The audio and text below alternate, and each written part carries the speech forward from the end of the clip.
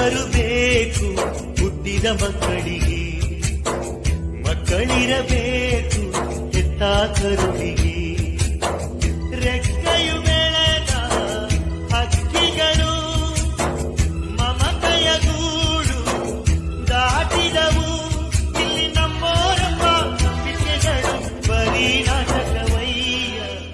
ಹೆತ್ತವರು ಬೇಕು ಹುಟ್ಟಿದ ಮಕ್ಕಳಿಗೆ, ಮಕ್ಕಳಿರಬೇಕು ಹೆತ್ತ ಕರುಳಿಗೆ.